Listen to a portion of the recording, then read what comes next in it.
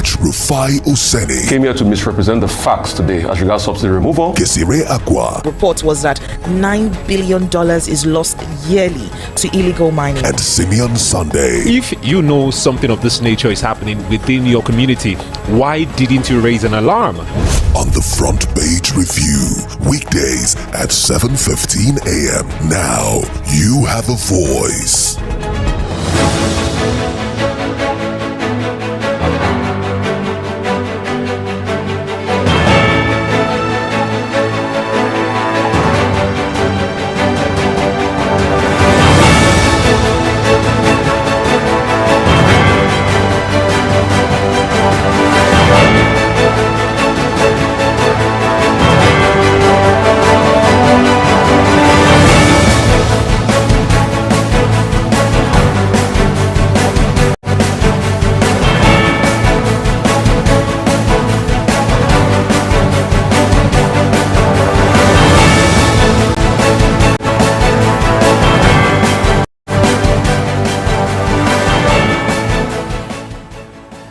Good morning to you and welcome to the Front Page Review on Voice of the People 96.1 FM. Good morning, good morning, good morning. My name is Gesire. And of course, my name is Simeon Sunday. Messiere. Let me use that. How is it that your name almost sounds like my language? Saying good morning in Akwa Ibom is Messiere, and your name is Gesire. So I don't know. But hey, it's a good thing we have languages in Nigeria. Good morning to you and welcome aboard. It's Wednesday, the 24th of January 2024. Did you see that? 24 January 24. I like it. You I need like dates. it. I really like it, Simeon, because we're winding down to the end of January and it's a good thing. You know, finally, it seems like January was never going to come to an end. But, you know, in a couple of days, about a week from today, we should officially be saying bye to January. And I hope that this remaining 1 week, you know, doesn't seem like 3 weeks to us. Hopefully. Anyway, there's a headline in the story. There's a headline that was talking about, I think it was a couple of days ago, we talked about the police trying to extort a certain amount of money from travelers. And we talked about how it's become a pandemic, quote unquote, and how difficult it is to just work with the police, especially at different checkpoints, when this is the behavior that they exhibit. Now, there were some travelers from Abia State and the police, especially River State Police, 3 different policemen, 2 ASPs, assistant superintendents of police, and 1 inspector of police. These three senior officers, because they are no small fry anymore, these 3 senior officers decided to sort of quote unquote kidnap these individuals, took them through 3 states, eventually collected $3 from these individuals, and then let them go after they had extorted that amount of money. But now the police is saying that, you know what, they will face the full wrath of the law. You know, I saw the statement credited to, Grace Iringekuko, that is the spokesperson for the River State Police Command. And I saw the same way she actually said, they were going to parade the suspect, before newsmen in Port Harcourt on Monday. I don't know if they did that. I didn't follow up on that particular story to know if truly they paraded those, suspected police officers who carried out this heinous act on this individual. We all know that this, activity of some police officers quite unlawful, and it is totally unacceptable of an agency of government that should protect the lives and property of Nigerians. It is totally unacceptable. It is barbaric. It is something that everyone ought to raise their voice and speak about it. And I saw, a statement credited to Blinken. He's set to meet President Buhari, and of course they started making promises. And he made a recommendation. There was a report, made right after the NSAS protest of 2020. They came up with a particular document, and this document basically was on how to reform the Nigerian police. Remember, they said we should stop calling them Nigerian Police Force. Maybe that's why they were using force on people. But the truth is, a pot that is black is black. Even if you look at it, you want to change the color to white, it's still black. You have to wash it holistically to remove the dirt on it, and that's what the Nigerian police force should go through. There are elements within the structure of the force that is, rubbing so many dents on the image of the Nigerian police. And that is what they should start doing. This is a huge, responsibility on the IG of police, Betokun, because this is his responsibility. He has to do all he can. And the truth is, reforming Nigerian police will not only start from the top. It has to start from the bottom. It starts from the top down to the bottom. You know why I say it has to start from the bottom? Because Nigerians feel it more from the people at the bottom, like the policemen at the bottom. They're the ones they see every day. They're the ones they see at different checkpoints. It's the policeman who doesn't even know that what he's doing is wrong, who probably has gone drunk and he's carrying his family problems and he's cocking his gun and telling you, I'll shoot you and nobody will look for you. Seeing individuals like that, there has to be a reform from individuals like that, and then it get to the top. And I think talking about Nigerian police, there should be a proper structure in accepting these people. It shouldn't be based on man no man anymore, because we've seen the effect. And the truth is, if Nigerian police force is being run by a business or like a security outfit, yes, the recruitment process. If Nigerian police is being run like a full-fledged security outfit, there are certain things that those at the head, at the top, would not accept. Imagine the Nigerian police force as an independent contractor, offering security to Nigerians. There are certain things they are going to cross. They won't compromise. So they will not compromise. And the mindset that not being our Nigerian police, after all, our government work with the work, and it's very difficult for you to see any police officer being removed from his post or removed from his position as a police officer. It is only when the complaint and petition has piled up, we'll now come and hear the police service commission or the police IG come and tell us, oh, we are on this particular matter, we are going to do it in our room trial, and of course bring the persons to book. Let them start running the Nigerian police force like an independent security contractor. Until then, we'll keep having police officers extorting Nigerians, making money. Imagine collecting $3,000. That's about 4.2 million naira. In January, this hot January. You don't blow. That is terrible, and something ought to be done about it. All right, we're live on YouTube. You can check us out. Voice of the People Abuja. Voice of the People Abuja live on YouTube. Join us and leave a comment there. Let's know you're listening, right? The only way to do that is leave a like and a comment, and let's know that you are listening. You can also join the conversation if you're listening 0700 010 961 961. That is the number to call to be a part of our conversation this morning. 0700 010 961 961. At 7:30 sharp, we'll be joined by El-Rufai Oseni to help us do a little bit of justice to the headlines. So we're starting this morning with the headline here, and it's talking about, from Punch newspaper, it's talking about the kidnapping. And at this point in time, maybe we'll start from good news on this kidnapping situation, right?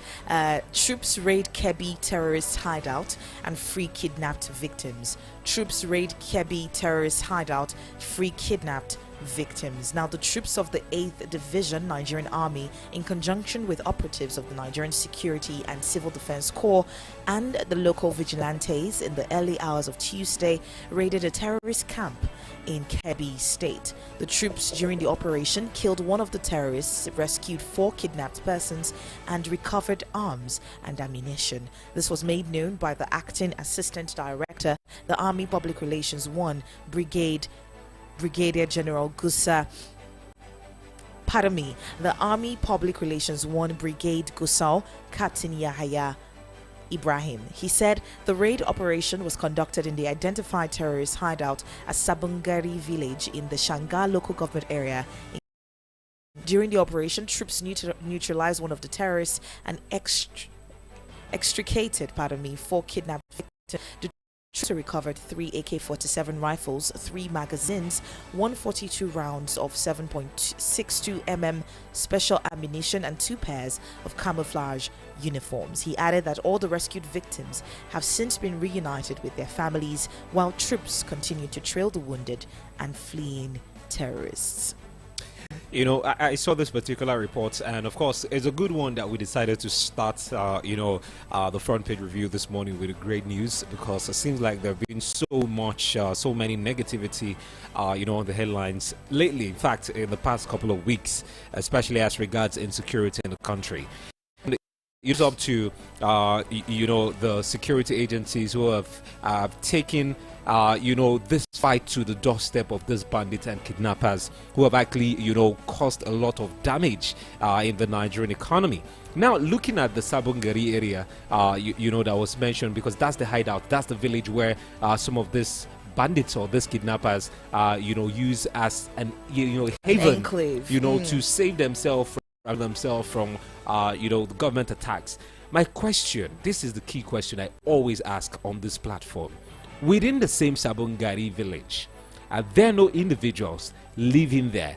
I understand the part of the fear for your life, so you don't get attacked, especially when they know you are the one who actually sneaked, you are the one who took information to the security agencies. But we will keep talking about kidnappings and bandits having a field day in the country if people within these communities who know these bandits face to face, one by one, know them by their name, know them by even their family, their family ancestry and lineage, do not do anything about it, we will keep talking about this. And of course, I think intelligence should be taken seriously when it comes to finding out these people and ensuring that even those who come out to speak are being given some form of protection and cover by the Nigerian security agencies. Well, there's a lot happening when it comes to these issues of kidnappings and bandits, and it's become quote-unquote a pandemic at this point. But hey, we're seeing the security outfits, they're doing their jobs, and we have to give them kudos where kudos have been earned. And at this point, we have to say, well done. Well done, you're doing well. But to whom much is given, much, they say, is expected, and we're hoping that they do more in ensuring the lives and safety of Nigerians within Nigeria as well. So let's go ahead and take a break. When we come back, we'll be joined by Mr. El-Rufai Oseni. Keep it locked. EOP 96.1 FM. I'm coming in hot. Now you can enjoy the original taste of premium American Romeo's Pizza, juicy just the way you like it. To order online from Guarimpa, call 090-8831-5908. Gariki 090-8831-5906. And Lupe 090-9238-9861. Romeo's Pizza, the pizza champions. Coming in hot, just like the fajita. Today's sun is so hot though. So what are you waiting for? Get the authentic taste of creamy cold berry ice cream. To order online from Gariki, call 090-8831-5907. Guarimpa 090-8831-5909. And Lugbe 090-8845-3416. Enjoy authentic cold berry ice cream. Glory to God and to the Lamb. Beauty to the throne of eternity. Brotherhood of the Cross and Star presents the Everlasting Gospel Movement on Radio every Saturday, 6 to 7 p.m. on 96.1 FM. Tune in and be blessed. Thank you, Father. Adoration, adoration.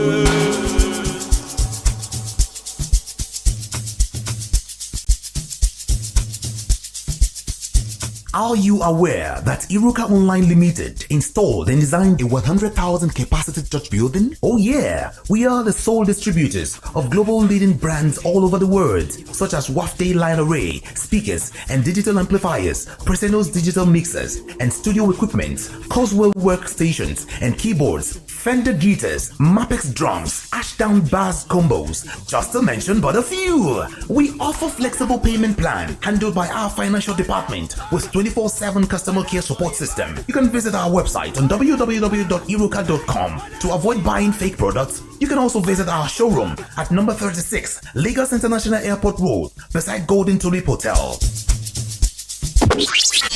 Iruka. Never settle for less.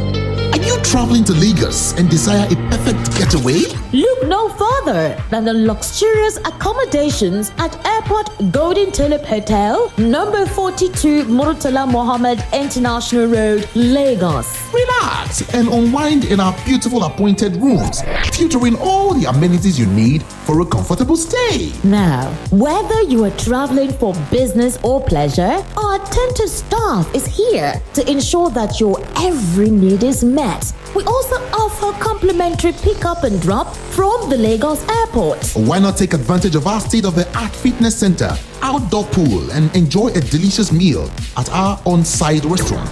With stunning views, world-class service, and a prime location, Airport Golden Tulip Hotel is the perfect choice for your next vacation or business trip. So why wait? Book your stay today and experience the ultimate in comfort and luxury at Airport Golden Tulip Hotel. For bookings and reservations, please call 0815-8003-333 or 0815-7003-333. You can visit our website at airportgoldentuliphotel.com.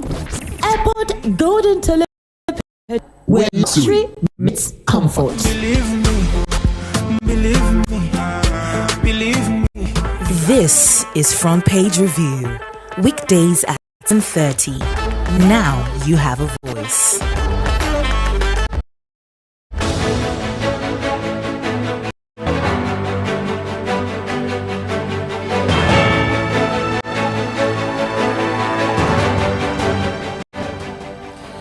Welcome back. This is still the Front Page Review on Voice of the People 96.1 FM. 35 minutes gone past 7 o'clock. And remember, we said when we come back from that break, we will be having our conversation with El-Rufai Oseni. Good morning to you. Morning. How are you doing today? Bless you. How's it going? How are you? Going great. Going great. Finally, Guessie's here today. Is it finally? Mr. El-Rufai, good morning. We're seeing a report. Bless you, Gessie. Thank you so much. We're seeing a report. This is just in passing. I just wanted your take on this issue of the extortion by the policemen, 3 policemen in Rivers State who quote-unquote abducted Abia travelers and took them around 3 states and then extorted $3,000 from them. And then, the case was reported to the police and they're finally doing the needful, creating, they would face an orderly room trial and a query respectively. What exactly is your take on this? This isn't the first time we're seeing Nigerian policemen extorting Nigerians. I mean, this was the basis of NSAS in the first place. I mean, can you say that again? I couldn't pick you properly. All right. I talked about $3,000 that was extorted from Nigerians by 3 policemen. You have an assistant superintendent of police, 2 assistant superintendents of police, and 1 inspector. So these are no small fry in the police force, right? You're having these individuals who extorted 2 travelers, $3,000 from them, but now they're going to be face an orderly room trial and a query as well. I think the police should save its own shame. That orderly room trial should be speedy. We can't have a country where police become extortionists at a time where there's not even nothing for the citizens to spend and the police become hardship. Just like how those police officers that went to disgrace Nigeria were asking a Dutch tourist, a motorcyclist, for money. Give us money. And they said they were joking in the end. What joke is that? So we cannot allow all of these things to continue. And the police should purge itself. We've always said that the police has large-scale corruption. They've got good eggs among them, but a lot of bad eggs. So let's see how that pans out. Okay, thank you for that one. Quickly, let's talk about, the drama going on in, Plateau State at the moment. I remember we touched on it yesterday, but it seems like the sacked PDP governors made good their threats that they were going to resume plenary tomorrow. That was yesterday. They did it, and we saw the Speaker of the House actually stop them from getting access into, the legislative chamber. Let's talk about, what some have actually called the miscarriage of justice that happened in Plateau State, where certain lawmakers were impeded based on the judgment of the courts, and now Supreme Court reinstated them. But now the question is, who do we follow? Should APC claim the ticket according to the Court of Appeal, or should PDP go ahead, to claim the ticket according to the judgment of the Supreme Court? So let them wait for their lawyers. See, I do not support anarchy because, like I said yesterday, that thing was going to cause anarchy. But let them wait for their lawyers. But it's also instructive. And that's why we keep calling on the Supreme Court to do better. I mean, the Supreme Court did better. This is the Court of Appeal and our legal system. Because if you didn't have judgments like that were faulty in the first place, that were basic things, and there was already a legal precedent set. But you can see that because of that, you can see the problems that have ensued in the country as we speak. So we must do better. Our systems must do better. Except if we don't do better, we can never make any headway. So those judges too should not. Those lawmakers should not take laws into their hands. Their lawyer from the PDP is looking into it. Let them wait and let them find a resolution to it. Okay, and also another question, a couple of Nigerians asked earlier was, does the Speaker of the House, talking about Gabriel Dewan, does he really have the right to stop the lawmakers from gaining access into the chambers, which he did yesterday? Yeah, he has the right. He has the right, because if he had not stopped them, there was going to be anarchy. There were other sitting lawmakers, they were taking the position of those lawmakers before. So elected is a court pronouncement. You can't advocate like that. That's why I said he was not meant to go there in the first place. We can't allow anarchy to happen in our country. But also, our system should be in check. Our leaders should do the needful. That's all we call for every time.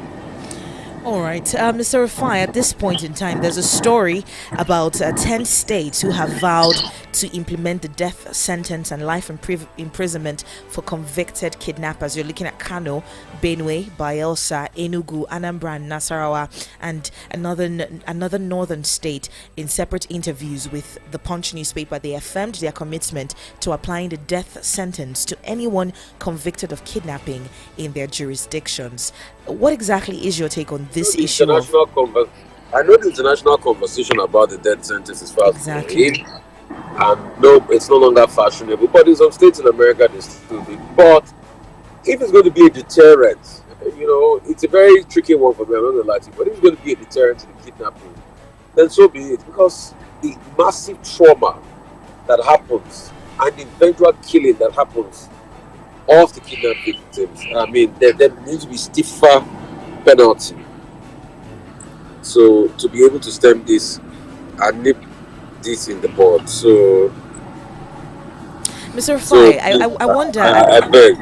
I wonder at the moment. Do you know what the penalties are for kidnapping at the moment in Nigeria?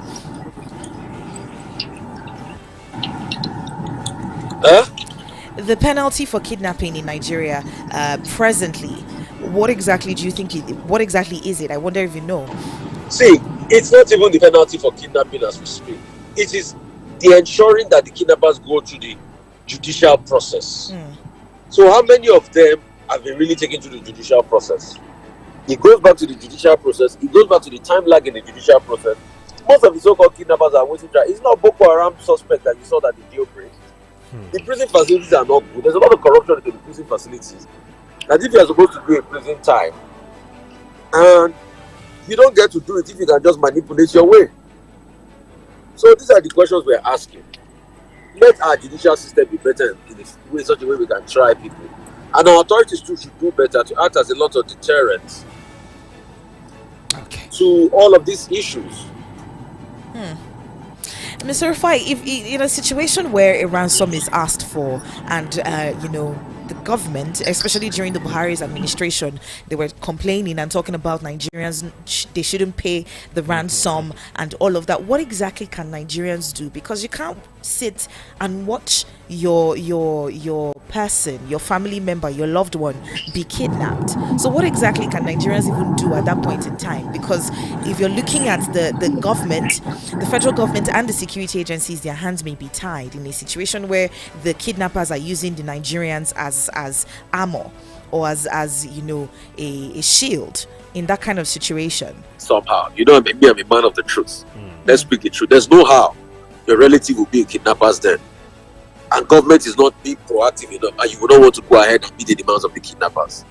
So We don't want an ecosystem where we want payment of ransom to thrive. But also the government needs to meet them halfway. Okay, look at what happened in the last case now. Look at that Nabena, that it was now revealed that she finished with the first class. And her life was just cut short like that. And throughout the negotiation process, the government didn't do anything. It was when they had been released to the kidnappers that all of a sudden the police was trying to take glory. The police now started fighting with the army as regards who is going to take glory. So those are the questions we keep asking. Why can't we do things effectively and better? That's just it. Okay. Anyway, let's not kid ourselves. Nobody wants to be kept in that situation, but the government too should do better. Okay. Anyway, in all of this conversation, they had the phone numbers of the kidnapper. Why did they use geomapping to track them through their phone numbers? Anyway, why? Are you there? Yes, we're here. We can hear you. Why didn't they use mapping to track them through their phone numbers? It was after almost how many days the police were just saying we are working, but they were not doing anything. In all of this, I will give kudos to the first 3 police officers or thereabout that were hurt, that lost, during the shootout. But apart from that, somebody will have thought of the fact that the police will have now done like a reconnaissance and reinforcement, and now come to wage war and fight these people to stand still. But we didn't see any of this now. Okay, hopefully the Nigerian police force gets better by the day. Quickly, let's talk about this development, that happened, especially along the Abuja-Kefi Highway. El-Rufai, I don't know if you saw the video and, of course, the report some days ago that Miyetti Allah launched a vigilante group. I don't know if you saw that report and even the videos that surfaced online. Anyway. Yeah, but, he's been called to order. Yes. And there was a story about the military and DSS coming to pick up the president of that Miyetti Allah in Nasarawa. Yes, but also, the DSS is saying it's not in their custody. So, I think as time goes on, we will know what is happening. Okay, the question is, should they have even in the first place instituted or created such a group in the first place? Because when the news broke that they created they that should group, not have instituted or created another group. But also, we are also increasingly seeing the failure of the states. The state is supposed to be able to lay protection. Miyetti Allah claimed that they created that group because they wanted protection for their herders. For the herders, yes. But we know initially what has always happened between their herders and the farmers. So creating another militia is tantamount in the name of vigilante, is tantamount to chaos. So, but it's the failure of the state that causes all of these things. And we keep talking about the failure of the state. People think we are joking when we talk about things. We are not joking. They are saying it because it matters and it hurts and it bothers on all of us. Anyway, following the development, and of course, a lot of Nigerians, especially some key northerners, have heavily criticized, the activity of the government, allegedly or reportedly based on the arrest of, the Miyetti Allah chair president. Now, a lot of people, especially key northerners, have likened this vigilante, the Nobads vigilante group, to Amotekun in the southwest, and also the Ebubedike, the Ebubeagu in the southeast. Is there any similarity amongst these groups? Truly. I'm not going to say there's similarity among those groups, because those ones are run by the states. So you can't compare what is run by the Cattle Breeders Association with the states. So there are no similarities. Let's not couch that conversation, not a right couch, I beg. All right.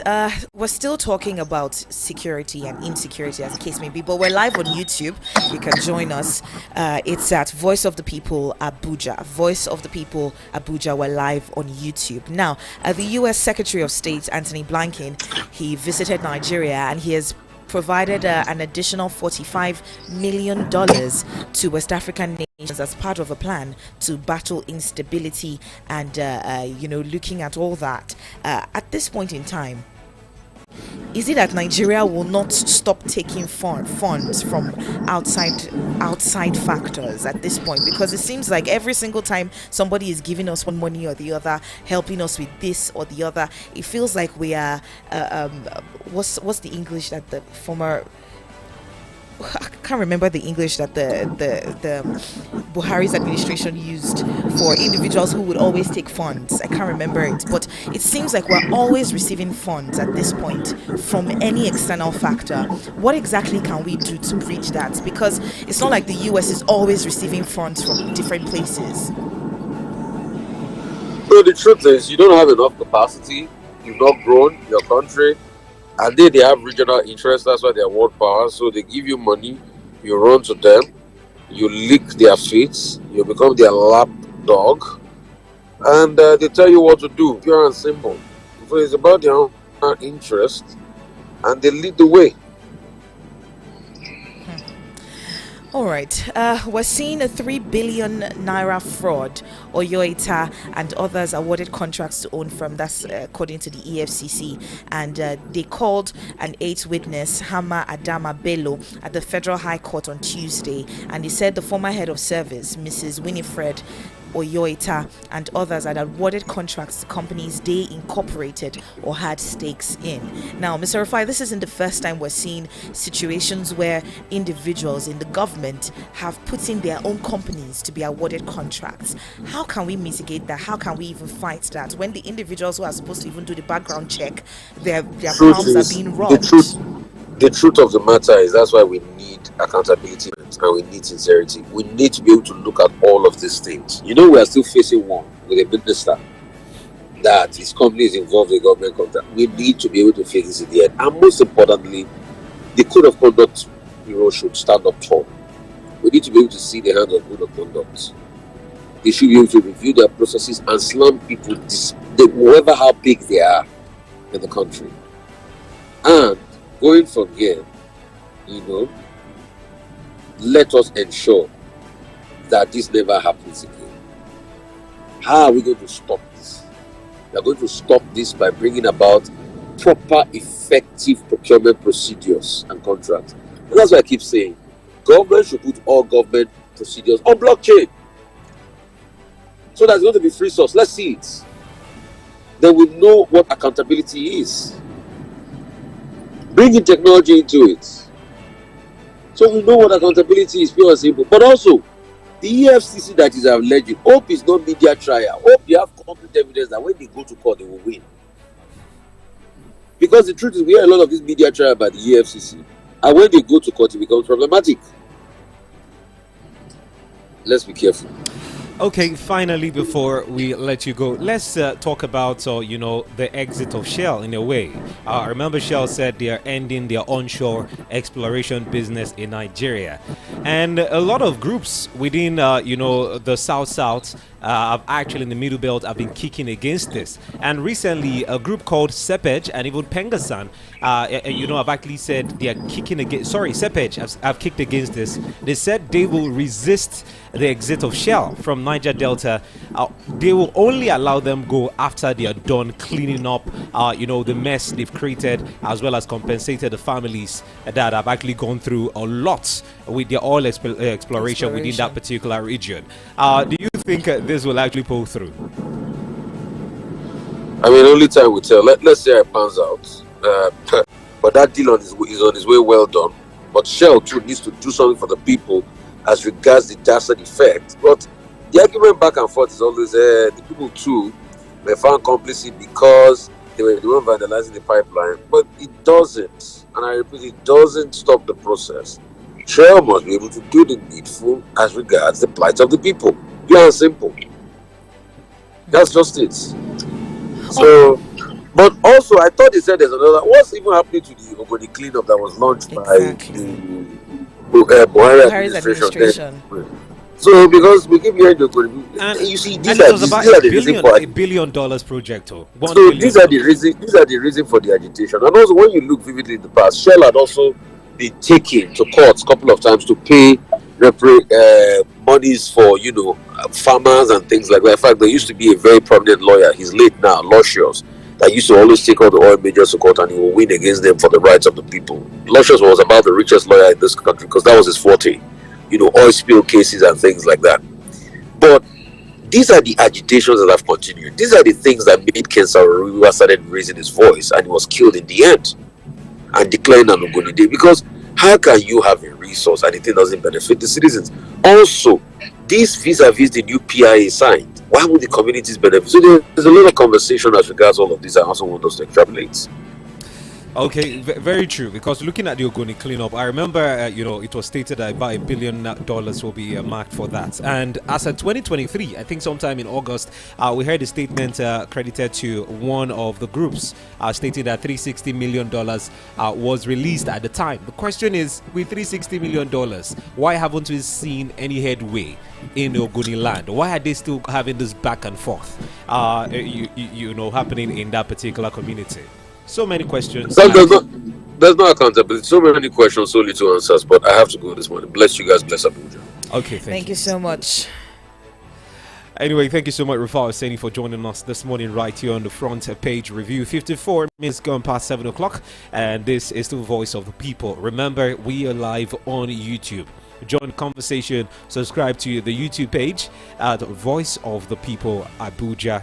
And of course, you can actually contribute even via WhatsApp. Send us a WhatsApp message. You can send a voice note or put a call across to us, and let's talk about the headlines you find interesting. The number is 0700 010 961 961. 0700 010 961 961. I will quickly go on a break. We'll be back just in a bit. Stay with us. Bye there. Inakwana. Good morning. Ilahiala. Ekaro. Obohia. Good morning. Mewo. Edio. Tuama. Heideo. Good morning. Are you traveling to Lagos and desire a perfect getaway? Look no further than the luxurious accommodations at Airport Intellip Hotel, number 42 Murtala Mohammed International Road, Lagos. Relax and unwind in our beautiful appointed rooms, featuring all the amenities you need for a comfortable stay. Now, whether you are traveling for business or pleasure, our attentive staff is here to ensure that your every need is met. We also offer complimentary pick-up and drop from the Lagos airport. Why not take advantage of our state-of-the-art fitness center, outdoor pool, and enjoy a delicious meal at our on-site restaurant? With stunning views, world-class service, and a prime location, Airport Golden Tulip Hotel is the perfect choice for your next vacation or business trip. So why wait? Book your stay today and experience the ultimate in comfort and luxury at Airport Golden Tulip Hotel. For bookings and reservations, please call 0815-8003-333 or 0815-7003-333. You can visit our website at airportgoldentuliphotel.com. Airport Golden Tulip Hotel, where luxury meets comfort. Believe me, believe me, believe me.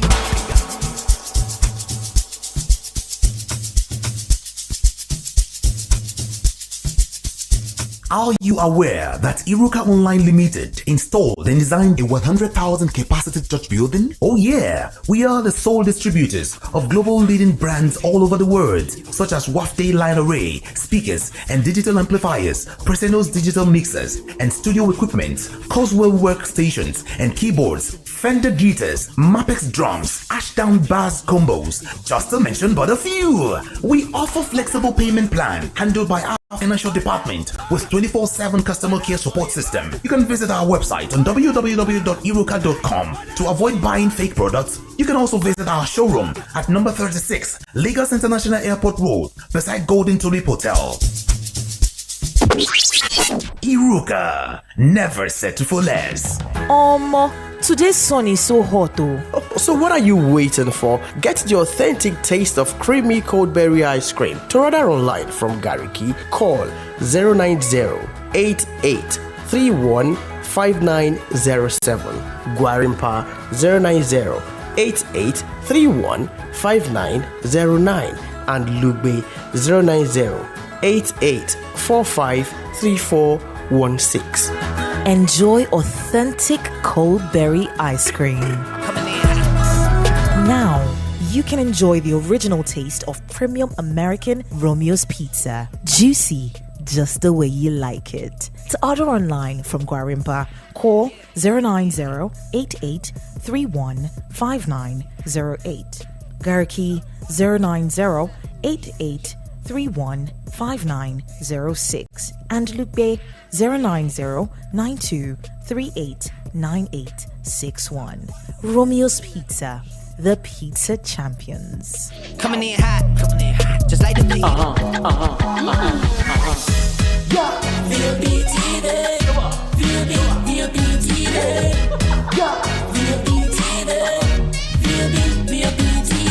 We have been serving you hot and fresh content on radio, and you have been loving it. Now we're taking it further.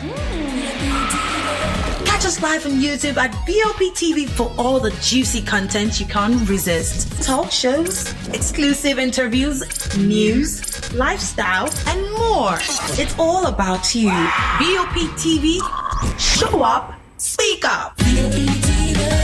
This is Front Page Review. Weekdays at 7:30. Now you have a voice.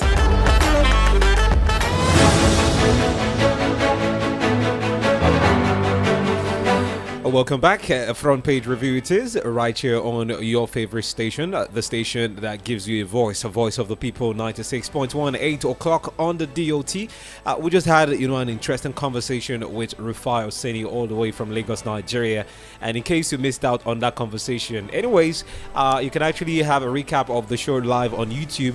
We are also streaming at the moment on YouTube at Voice of the People Abuja. Subscribe to the page. You can also go to the live chats, segment of the YouTube page and drop your comments.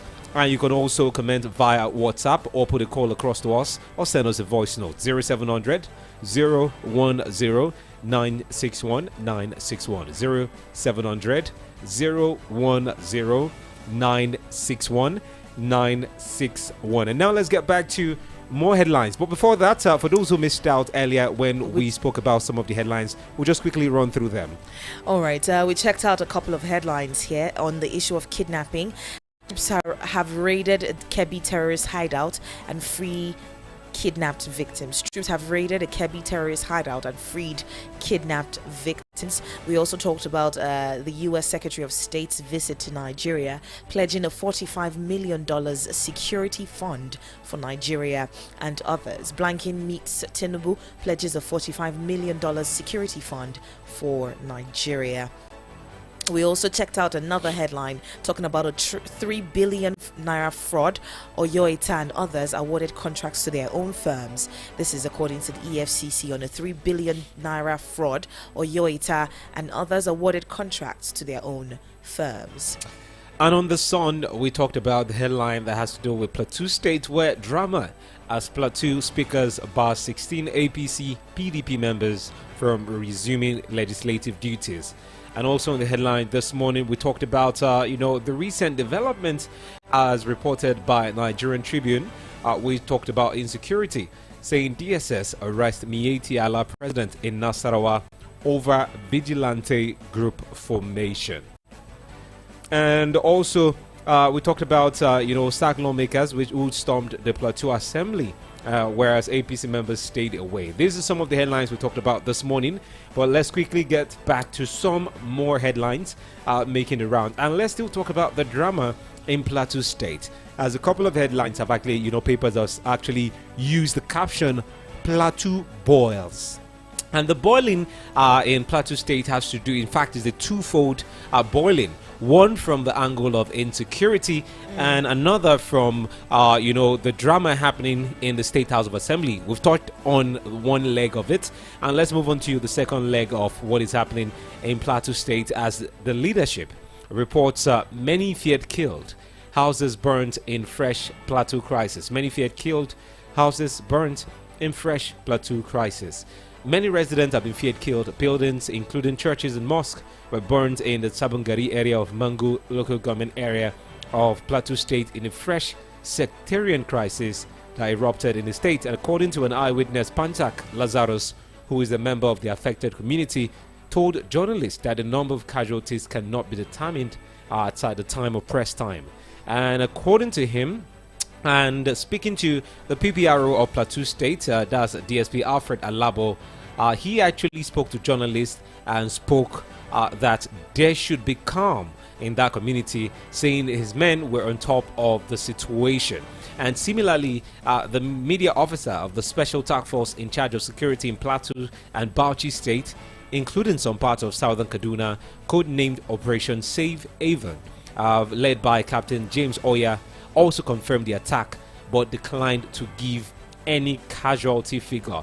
And going by this particular development, the governor of the state, Caleb Mutfwang, have declared a 24-hour curfew on the Mangu local government area of the state with immediate effect following the deteriorating security situation in that area. And following the statement issued by the Director of Press and Public Affairs in the Governor's Office, Giang Bere, said the Governor Mutfwang took the decision after consultations with relevant security agencies, and he actually said that only persons on essential duties were allowed to move about that particular local government area until further notice. So 24 hours curfew have been instituted in the state, especially within the Mango local government area, because that is where most of this dastard act is happening in Plateau State. I've always wondered, does imposing a curfew, does it actually help reduce crime? Because sometimes when you see these individuals who go about participating or constituting a nuisance in the state, how far does the curfew go in helping to fight crime in a state? Because morning or night, some people still move around and do whatever it is that they want to do. So I think for when curfews are being put in place by state governments, in a way it helps because at first, before curfew is being instituted, it's always a free-for-all thing. You can go about your business. People can actually take advantage and even constitute nuisance or even create havoc, just as we've seen the attacks happening in Plateau State. But once curfew is being put in place, what it does is it puts in the minds of the people that now you now have security operatives to contend with, especially when they see you outside, whether it's during the day. Since it's 24 hours curfew, it means it will go from the afternoon when the curfew was instituted till today afternoon, pending the recommendations given to him by security agencies if he should extend the curfew or if he should relax it. But what it does is it makes the people understand that going out now, whether you're going out on a peaceful walk or you are going to do your normal business, you now have security agencies to contend with, and at that point they have the right to not necessarily harm you, but to ensure that you get back into your house. And if there's any case of chaos, the security agencies at that point can arrest it within the ambit of the law, and of course based on the rules of their engagement in addressing that issue. So in a way it helps. I think that when it comes to curfews, like, you have a situation where the kidnappers or the bandits or criminals, as the case may be, they are aware that you've put a curfew, and in their minds they're like, okay, when you lift the curfew, we come again, we move again. So some people could be for or against, but I think that Plateau State is one state that has suffered a lot from imposing of curfews. It's one state that has really, really gone through a lot. If you check the issue of insecurity, especially farmers' herders crisis here and there, the different situations in Plateau State that has led to what it is at the moment, right? You can see that, okay, there are some situations where in the middle of a curfew, some individuals will still come out and constitute a nuisance. So maybe the federal government, maybe the state government, maybe security agencies and the different security outfits should think about, maybe the police now. It's not even the place of the army. It's the police, because their job is within the state, securing the state. One too many times we've carried the army to fight war that the police is supposed to be fighting, right? So at this point in time, they should look for another way. Imposing curfews, yes, it may work for a certain amount of time, but in the long run, it's not a long-term solution to criminality. It's not a long-term solution, in my own opinion. And then, according to some individuals who have also written articles on curfews, I was reading an article in the United States Police, and they were talking about the fact that about 60%, they took a poll, and about 60% of the individuals who participated in the polls said curfews are not effective or are not an effective means of curtailing violence. So you're seeing that it's not just in Nigeria that these conversations are going on. It's not necessarily how effective is it? How effective have they seen it to be in curtailing violence? Let's not even overflog the issue and move on to another headline. But the point is, they should find effective measures to curtail crime. Jumping on another headline here, we're looking at Abuja, the FCT.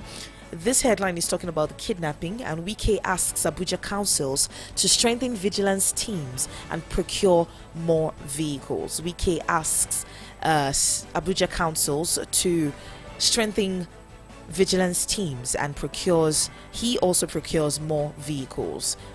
Now, the Minister of the Federal Capital Territory, FCT, Ezenwo Nyesom Wike, has directed chairmen of the 6 area councils in the territory to strengthen the local vigilance teams in their areas by ensuring that their needs were adequately met. Speaking at a security town hall meeting with stakeholders, that's the residents of the Kwali Area Council, Abuja, yesterday, Wike said his administration had almost concluded procurement processes for more security vehicles. While promising to ensure a swift deployment of the vehicles, the minister was also requested by the councils to provide more motorcycles for the vigilance teams. He said, "I've listened to what the chairman has said. The chairman has virtually requested for everything, but he has not told me what he has done. For me, whatever that is going to bring development or improve security, government has no hesitation towards it. The president has directed me to let you know he feels your pains, and that is why he has said I must go and see all the councils, talk to them,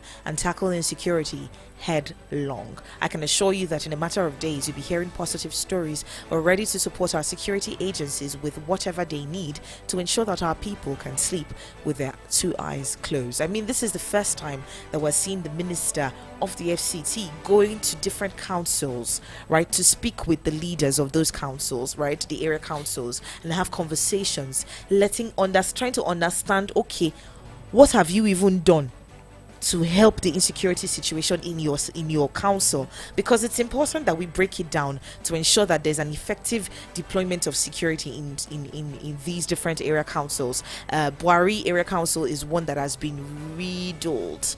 It has been really, really attacked in the past few. I have a personal friend of mine, who we've been trying to reach for weeks now, and only for him to message us on the group chat, because we'll be calling his name. How far? We've called, checked up on him, and different individuals that know him, and he came on the group chat and he was like, I was attacked. They came and stole so many things from my area. They beat him up, collected every single thing. They told him to open they sat with him. He opened all his bank apps, every single one, every single financial app he had on his phone. They opened every single thing and perused every single thing, raided every single financial app on his phone. I'm talking about the savings ones, the ones you used to save, the ones you used to transact normally, whatever. Every single one of them, collected every single dime to the cover from him. Really, really sad situation. So this is one situation that we need the federal government to sit up on. The FCT is one state that, when you hear insecurity here, we hear the outskirts. Now, this individual I'm talking about, towards the end of Gwarempa area, that was where he was attacked. Him and his other housemates, they were attacked. A group of individuals came and attacked them. So Abuja is one state that has been predominantly secure, and then all of a sudden we're seeing different issues of kidnapping here and there. So the federal government needs to do a lot more. It's a terrible time, especially for us as Nigerians, especially as regards security. And of course, talking about Wike's meeting with members of Kwali Area Council as well as their chairman, and trust Wike to always throw subtle jabs when he makes statements. And of course, he threw a subtle jab at the chairman saying, "I've heard everything you want, but you've not told me what you've done so far." Mm-hmm. And the question you have to ask yourself, I think Wike himself needs to, ask himself certain questions truthfully. What does an area council chairman wants to do as regards security, within his region? What fund does he even have to use to institute maybe some kind of vigilante group that will actually secure certain communities within his area council. Let's tell ourselves the truth. He shouldn't sit in his high horse as the minister, feeling that you have the resources. How many resources does this area council chairman have access to at the end of the day? They have a lot of projects they have to do with within their purview. Project, capital project, resource project, road project, and all of that, and insecurity involved in it. Is that, first of all, is that even the responsibility of the area council chairman in the first place? What is the president, in which he's a minister in the president's cabinet, doing to ensure that the capital territory, the seat of power, where his office and his home is being secured? So Wike throwing jabs at the chairman, I don't think it is acceptable, or it is something that people should commend. But I'll commend the fact that he has actually stated this, that the president have given him assurances and told him this, and he should do whatever he has to do to ensure that Abuja is safe. But he should stop throwing unnecessary jabs at these people, because at the end of the day, their hands are tied. They do not even have access to the president, just as he, the minister, they don't need access to the president. As the area council, they don't need to have access to the president. I mean, there's an order. Yes. So the area council, and then the minister, and then the president. I mean, no, because the area council, after your area council, of course, you meet your minister. So when you talk, if they are telling you as the minister, this is what we expect from you, this is what we hope, you help us pitch this to the president, and you are throwing jabs at them, telling them, what have you done to ensure that this security? Do you think the area council even have the resources on their own to even protect people within that particular community? Why would they not have the resources? Even if they don't have the monies, Simeon, even if they don't have the monies right now, we always look at security as a difficult thing to if we break it down, right, we're looking at security, right? In terms of security, you're looking at the role of an individual in that community, the role of an individual in that community, the role of the police in that community, the role of vigilantes in that particular community. Now, if you look at it, we once had the Amak Marshal Corps. The Amak Marshal Corps, it was constituted by Christopher May Kalongo, and he dissolved it in 2023. But there was a Marshal Corps, and it was the council's security outfit. Pardon me, it wasn't established by May Kalongo. It was established by Abdullahi Candido's administration to render services and then boost security in that particular council. So there are things that this council chairman can do, because you can sit down there and receive money, you can sit down there and receive alerts, you can sit down there and get monies for different activities for your council, right? You can get different monies, allocations from the federal government. So why can't you then go ahead and be very, very resourceful, be very innovative in how you think? We're talking about Ibibeagu, we're talking about Amotekun, we're talking about different, even the north have theirs as well. We're talking about different security outfits in tiny forms in different areas. What have these chairmen done to ensure that there's a sense of security in their area? It's one thing to talk and ask and ask and ask and ask. Even you as a normal human being, when someone keeps asking, and they don't tell you what they are even doing on their own part without asking you, you get exhausted at some point. So I think that at this point, everyone has their own responsibility in ensuring that everyone is safe. You as a Nigerian, you have a responsibility to keep yourself safe, to keep your family safe. The police has a responsibility to safeguard you, your lives, and your properties. The federal government has a responsibility to provide for the policemen to be able to do their jobs. So everyone needs to know their own and do it to the best of their abilities. We need to sit up as a community, we need to sit up as a country to do our jobs. When you have individuals in your community who go ahead and steal, but they come home and share the monies for you, you eat it and you're happy, but you forget that there's somebody else. While you're smiling, somebody else is crying. While you're smiling and you're happy and you're enjoying the monies, giving them fuel, giving them kudos, and you're hailing them and all that, somebody else is out there suffering seriously. So we need to sit up as a community, as Nigerians, and own our own. Own it, your own responsibility. Own it. What have you done, you as a Nigerian? What have you done to ensure that you and the people around you are safe? Okay, well, hopefully, this area council chairman take the issue of security very seriously and they get to do all they can to address that. And moving away from that particular report, let's move on to talk about, the groaning amid, health worker strike in the FCT as reported by Daily Trust newspaper this morning. It says patients groan amid health worker strike in the FCT.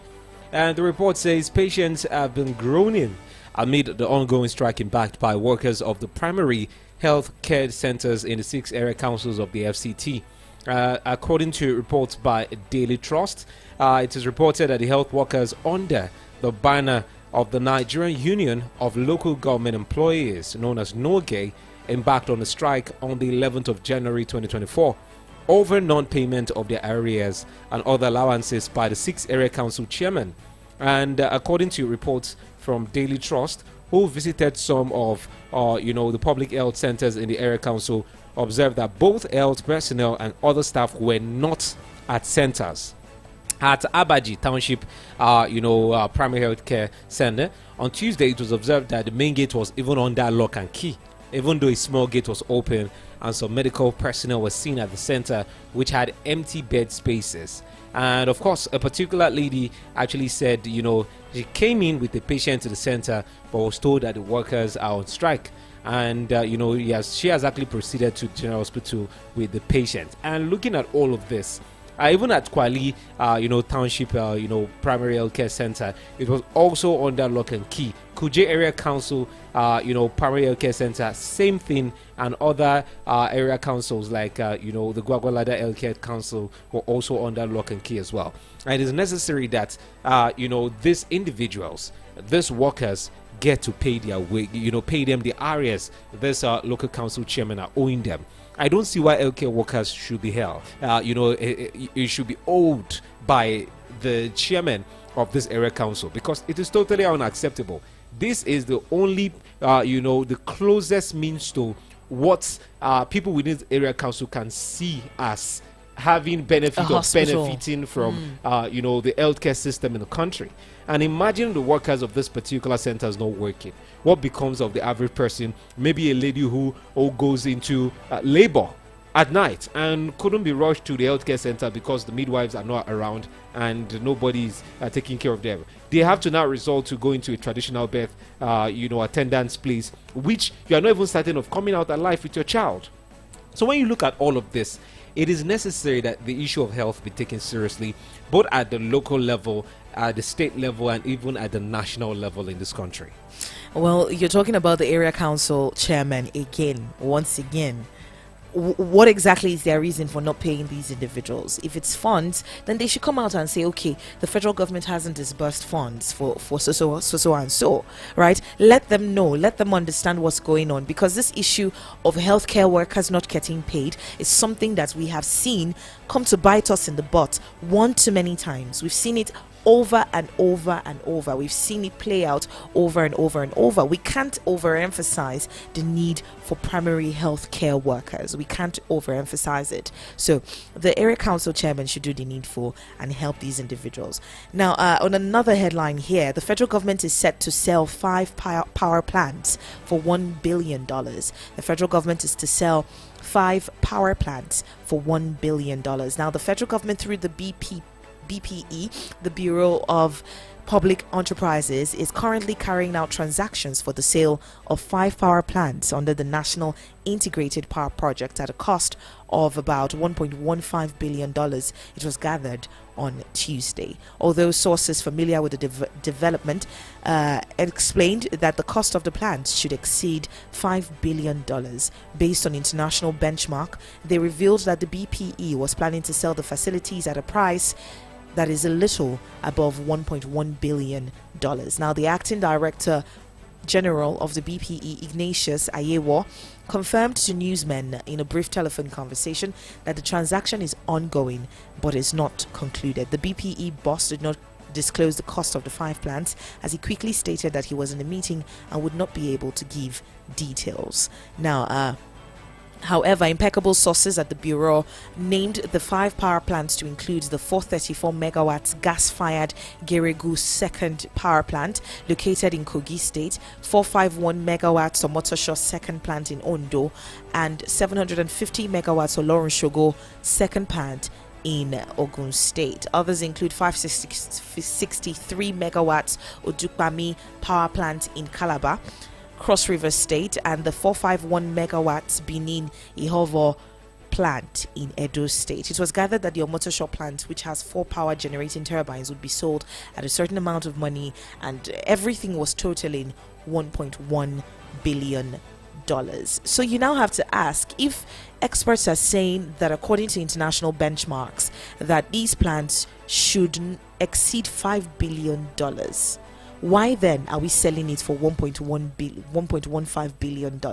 This issue of us selling stuff or getting little for our monies is one of the reasons why at the time when the Nigerian airline was we're talking about it, we saw that Nigeria had, I think it was 5%. We had a 5% stake in the total when it comes to the breakdown of who's to get what in that particular airline, the Nigerian airline. Nigeria had 5%. The federal government had 5%. You are looking at Ethiopian Air having 50%, 50 something, I think it was 50 something percent. So we're seeing situations where some deals are done in a way that is not necessarily to the benefit of Nigeria, and I think the federal government should actually look through some of these deals, because if the BPE rather is saying that they're selling this one for $1.15 billion and experts are saying that it should exceed $5 billion, you're looking at at least 4.5 billion in detriment. It's a lot of money. So at this point in time, we should be looking at some of these issues and ensuring that Nigeria gets their money's worth. Anyway, looking at the sales of the power plants, it is necessary that they do the needful. First of all, before properties or something of this nature is being sold, they call I think they call them valuers. Some people call them evaluators, property valuers. What they call they do an evaluation of the property.